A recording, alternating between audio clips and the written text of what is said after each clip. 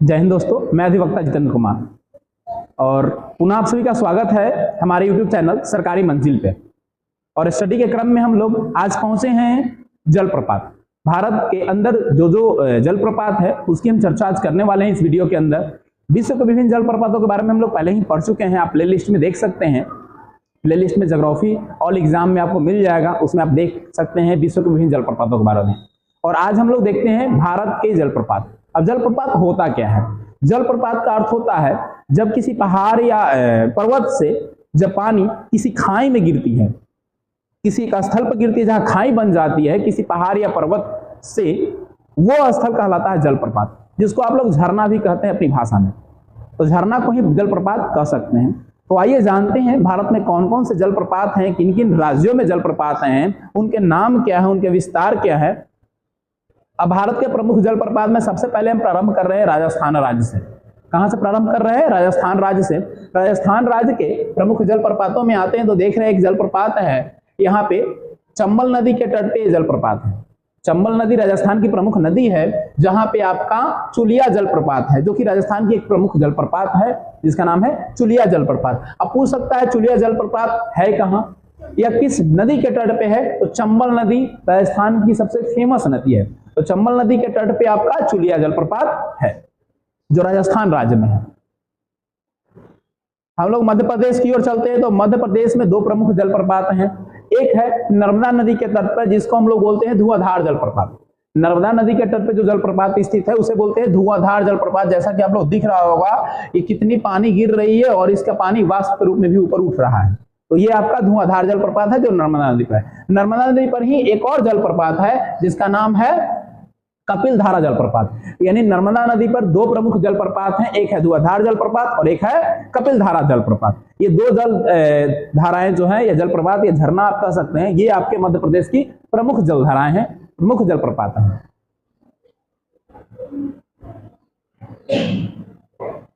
अब मध्य प्रदेश में आते हैं। मध्य प्रदेश में और भी जलधाराएं हैं आपकी।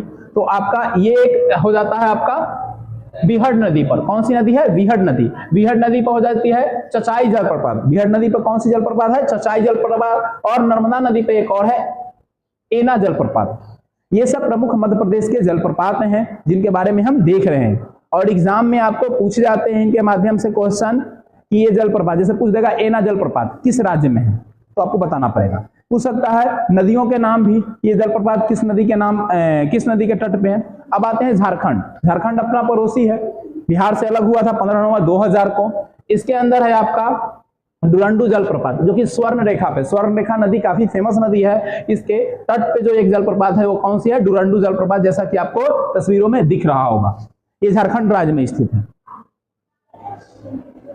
वही कर्नाटक की बात करेंगे तो कर्नाटक का जलप्रपात जो है वो विभिन्न नामों से जाना जाता है, जैसे जोग गरसोप्पा महात्मा गांधी जलप्रपात। एक ही है जलप्रपात जिसके अलग अलग नामों से हम लोग जानते हैं, जिसमें जोग गरसोप्पा काफी फेमस नाम है, महात्मा गांधी इसका आधुनिक नाम है। यानी जोग गरसोप्पा और महात्मा गांधी जलप्रपात कौन सी नदी पे है? तो शरावती नदी पर है।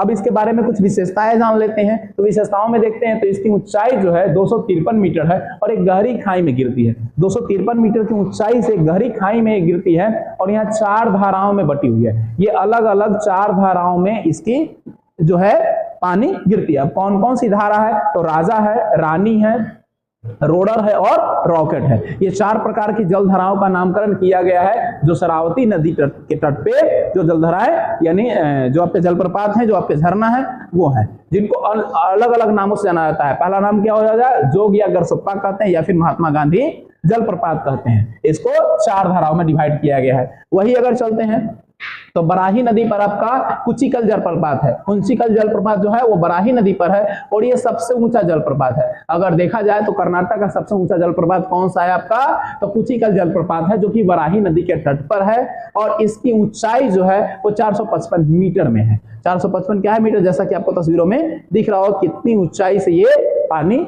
गिर रही है। आपके बिहार में भी एक जलप्रपात है, इसका जिक्र आप लोग कर चुके होंगे, पढ़े भी होंगे। आते हैं कावेरी नदी के तट पे, जो आपका है कावेरी नदी के तट पे आपका शिव समुद्रम जलप्रपात है। ये पर्यटन का बहुत अच्छा केंद्र है, लोग जाते हैं यहाँ पे घूमने के लिए। काफी अच्छा जगह है, मनमोहक दृश्य है। तस्वीरों में तो उतना अट्रैक्टिव नहीं दिख रहा है लेकिन काफी अट्रैक्टिव है, यहाँ से लाने लोग घूमने जाते हैं। तो शिव समुद्र जलप्रपात कहाँ है? कावेरी नदी तट पर। और एशिया का ये पहला जो है जल विद्युत गृह की स्थापना यहीं की गई थी। एशिया का पहला जल विद्युत करने का मतलब कि पानी से इलेक्ट्रिसिटी पैदा करने का काम, यानी जल को बिजली को निर्माण करने का काम जो किया गया सबसे पहले पूरे एशिया के अंदर, तो ये आपके शिव समुद्र जलप्रपात पर किया गया। और शिव समुद्रम जलप्रपात किस नदी के तट पे है? कावेरी नदी के तट पर। अब यहाँ दो तरह के क्वेश्चन पूछ सकते हैं आपसे ये पूछा जा सकता है कि एशिया का पहला जल विद्युत गृह किस नदी के तट पे है? तो कावेरी नदी। और कावेरी नदी है कहाँ? तो कर्नाटक के अंदर है। पूछ सकता है कि किस जलप्रपात पे एशिया का सबसे पहला विद्युत गृह की स्थापना किया गया? तो शिव समुद्रम जलप्रपात पे। तो दोनों तरह से क्वेश्चन आपसे पूछा जा सकता है। अगले हम लोग बढ़ते हैं, तो घाट प्रभा नदी है एक, नदियों के क्रम में पढ़े होंगे आप लोग, घाट प्रभा नदी जो कि कोकक जलप्रपात है। कोकक जलप्रपात जो है वो घाट प्रभा नदी पर है। और ये कोकक जलप्रपात कर्नाटक के बेलगांव जिले में है। कर्नाटक का एक बेलगांव जिला है जहां पे घाट प्रभा नदी है, और इसी नदी के तट पे आपका क्या है? कोकक जलप्रपात है। अब बेलगांव की बात आती है तो कांग्रेस का अधिवेशन हुआ था बेलगांव में। बेलगांव में होने वाला पहला अधिवेशन था बेलगांव, जो कि कांग्रेस का अधिवेशन था। कांग्रेस पार्टी की जो गठन हुई थी वो प्रत्येक वर्ष अधिवेशन करते थे लोग, तो बेलगांव में कांग्रेस का अधिवेशन हुआ था, इसलिए भी बेलगांव काफी फेमस है।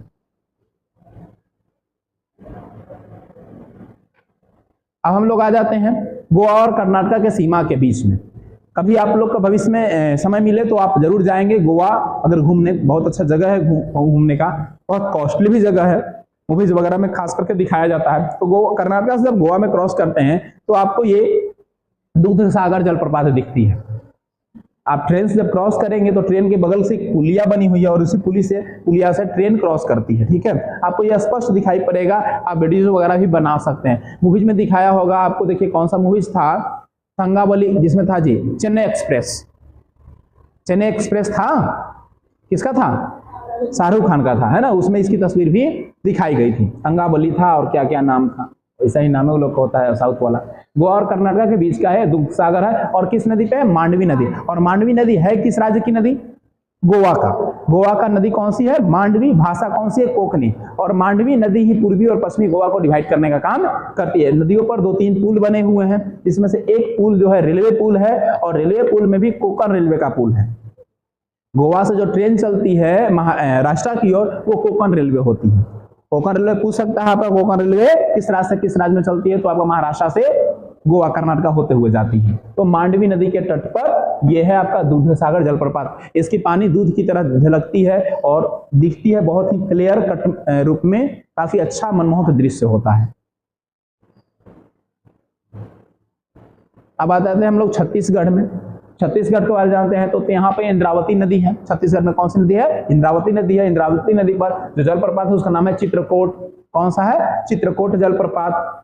यह घोड़े की नाल के समान मुख के कारण जलप्रपात है। घोड़े की नाल की तरह ये दिखता है, इसीलिए इसे कहा गया भारत का नियाग्रा भी कहा जाता है। भारत का नियाग्रा किस जलप्रपात को कहते हैं? तो चित्रकोट जलप्रपात को कहते हैं, ये भी याद रखिएगा। अब किस नदी के तट पे है? तो आपका इंद्रावती नदी के तट पे है। इंद्रावती नदी किस राज्य में है? तो आपका छत्तीसगढ़। यहाँ से तमाम चीजें आपको याद हो जाएगी, नदी का भी पता चल जाएगा, किस राज्य में है, किस किस नाम से जानते हैं, तमाम महत्वपूर्ण चीजें यहाँ से आपको निकल करके आएगी। अब आ जाते हैं मेघालय में, है ना। मेघालय में जो जलप्रपात है उसका नाम है नोहकली काई। नोहकली काई जो जलप्रपात है वो कहाँ पे है? मेघालय में है। और यह जलप्रपात वर्षा के पानी का स्रोत है। आपको ऐसे ही पता होगा कि मेघालय में बहुत अधिक वर्षा होती है ना। मेघालय के अंदर बहुत अधिक वर्षा होती है, तो इस वर्षा का ही ये स्रोत है। जो बारिश होती है, पहाड़ों से बारिश जलप्रपात के रूप में, देखिए अलग अलग लेयर के माध्यम से आपकी पानी गिर रही है। ये देख लीजिए, अलग अलग जगहों से पानी गिर रही है, यानी झरना के रूप में, कहीं ज्यादा है तो कहीं कम है। अब बारिश का पानी ऊपर में पहाड़ों पर जो होगा वो आपका जलप्रपात के रूप में नीचे आने का काम करता है। ये आपका मेघालय का हो गया। अब आते हैं हम लोग उड़ीसा के अंदर। उड़ीसा के अंदर है बड़े ही पानी जलप्रपात। कौन है? बड़े ही पानी जलप्रपात, जो आपका बुधबलंग नदी पे है। कौन सी नदी है? बुधबलंग नदी है उड़ीसा में। और जलप्रपात का नाम क्या है? बेर ही पानी जलप्रपात। यह जलप्रपात कह रहा है कि सिमलीपाल राष्ट्रीय उद्यान में पड़ता है। सिमलीपाल एक राष्ट्रीय उद्यान है।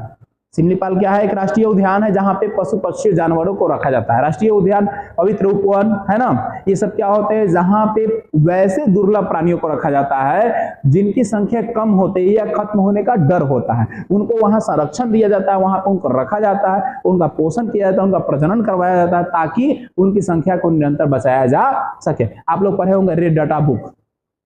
रेड डाटा बुक में वैसे प्राणियों का नाम इंगित किया जाता है जो विलुप्त होने के कगार पे है, जो अब इस धरती पर कहीं कुछ छोटे मोटे जगहों पर थोड़े बहुत बचे हुए हैं, लगभग खत्म के कगार पे हैं, तो वैसे को रखा जाता है। साथ ही उद्यान वगैरह में रखा जाता है उनको संरक्षण देने के लिए। अब इससे जुड़े हुए क्वेश्चन है जिसमें कह रहा है आपका कि जोग एवं गरसोप्पा जलप्रपात का नया नाम क्या है? अभी मैंने बताया था आपको, महात्मा गांधी जलप्रपात, याद रखना है ना। जोग और गरसोप्पा को क्या बोलते हैं? महात्मा गांधी जलप्रपात कहते हैं। जोग गरसोप्पा किस नदी पर स्थित है? एसएस 2016 का क्वेश्चन है, तो शरावती नदी पर है ना। अगला है धुआंधार जलप्रपात किस नदी के तट पे है? तो आपके नर्मदा नदी पे है। क्या है? नर्मदा नदी पर है धुआंधार जलप्रपात। अगला देखते हैं क्वेश्चन, तो कह रहा है कपिलधारा जलप्रपात किस नदी पर स्थित है? तो ये नर्मदा नदी पर है। कौन सा है? नर्मदा नदी। धुआंधार या कपिलधारा दोनों कहां है? नर्मदा नदी पर है।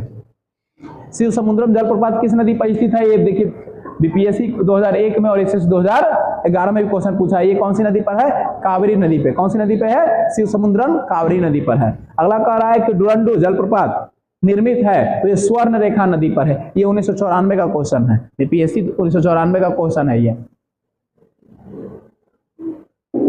अगला कह रहा है कि भारत के किस जलप्रपात को लोकप्रिय रूप में नियाग्रा जलप्रपात कहा जाता है? तो चित्रकूट को कहा जाता है नियाग्रा जलप्रपात, यानी इसी का नाम है। नियाग्रा का ही नाम क्या है? चित्रकूट। लोकप्रियता के कारण इसे हम लोग क्या कहते हैं? नियाग्रा जलप्रपात। ये एमपीपीसीएस 2010 में क्वेश्चन पूछा हुआ है। कह रहा है कोकन जलप्रपात किस जिले में स्थित है? तो कोकन बेलगांव, है ना। गांव में होने वाला पहला अधिवेशन क्या है? गांव में होने वाला पहला अधिवेशन कांग्रेस का। अगला कह रहा है कि राजा रानी, रोरर और रॉकेट, ये चार खंडों में बटा हुआ था, ये किससे संबंधित है? तो जोग जलप्रपात, जोग गरसोप्पा जलप्रपात को क्या था? चार भागों में बटा हुआ था, अलग अलग नामकरण इसको दिया गया था। ये क्वेश्चन देखिए आरआरबी पूछा है, एएसए में पूछा है और जीजी में पूछा है 2004 में। रेलवे का सभी भाग है, रेलवे के अलग अलग विभागों में एक प्रश्न को डाला है। अब कह रहा है भारत का सबसे ऊंचा जलप्रपात निम्नलिखित में कौन सा है? तो कौन सा? ये कुंचिकल है। कुंचिकल जलप्रपात है जो क्या है? भारत का सबसे ऊंचा जलप्रपात है। यूपी से 2009 का ये प्रश्न है आपका। अगला कह रहा है दूधसागर जलप्रपात किस नदी पे है? मांडवी। अगर जगह पूछेगा तो क्या बताइएगा? सिर्फ गोवा नहीं कर सकते हैं, कर्नाटक और गोवा दोनों में पड़ता है। कहां पड़ता है? कर्नाटक और गोवा दोनों में पड़ता है, याद रखिएगा। मांडवी नदी है, ठीक है। मांडवी नदी ऐसे मुख्य रूप से पड़ जाती है गोवा में, लेकिन कर्नाटका से ही बह के आती है, इसलिए दोनों के बीच में पहाड़ी और उस पहाड़ी पर से वो दूधसागर जलप्रपात दिखता है। एना जलप्रपात किस नदी पर है? तो नर्मदा नदी पर। कौन सी नदी पर है? नर्मदा नदी पर एना जलप्रपात है। रोक दीजिए बाबू।